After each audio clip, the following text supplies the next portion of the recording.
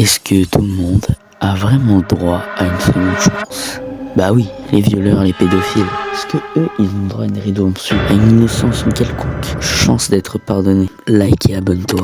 Et aujourd'hui, tu vas savoir si tout le monde a le droit à une seconde chance. Avant de commencer, c'est quoi une seconde chance? Une seconde chance, c'est quand une personne ou un groupe d'individus te laisse littéralement retenter ta chance. Donc comment est-ce qu'on peut faire pour avoir une seconde chance?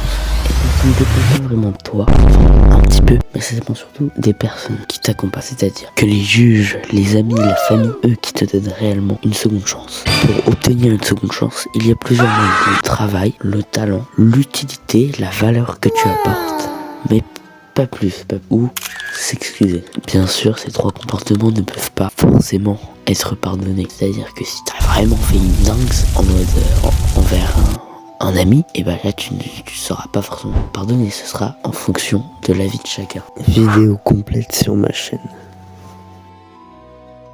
Où est-ce qu'ils vont, où est-ce qu'ils doivent aller pour savoir. Ok, maintenant qu'on sait ça, revenons aux personnes citées précédemment, c'est-à-dire Jeffrey Epstein et Jeffrey Dahmer. Est-ce que eux, ils méritent également pas d'être pardonnés par la justice, les familles, les victimes? Non. Pourquoi?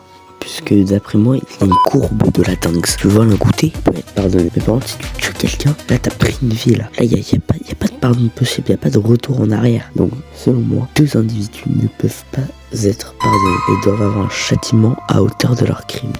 Et donc, ce châtiment doit être à hauteur de ce qu'ils ont fait. C'est-à-dire que si par exemple t'as violé des gens, on doit te faire un truc équivalent à un viol, mais sur un autre aspect. C'est-à-dire si t'as tué quelqu'un, on te tue. C'est simple.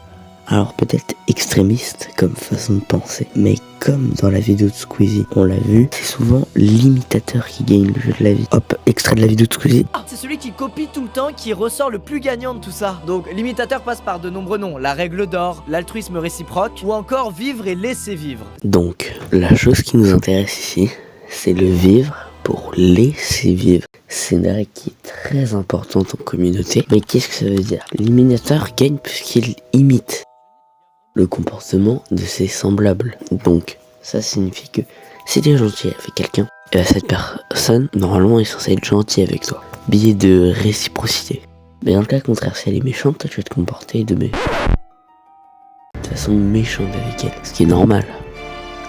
Donc, si quelqu'un tue une autre personne, qu'est-ce qu'on doit faire? Et bien, on doit tuer une autre personne.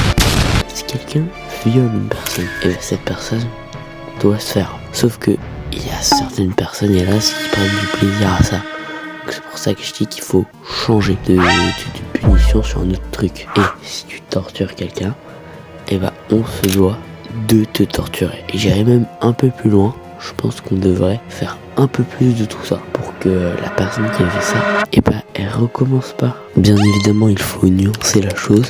C'est-à-dire qu'il faut partir d'un monde utopique où tout le monde est égaux et a les mêmes chances de réussir. Il n'y a pas de richesse, de pauvreté, c'est juste une question de justice. Si t'as aimé la vidéo, like et abonne-toi et même commente.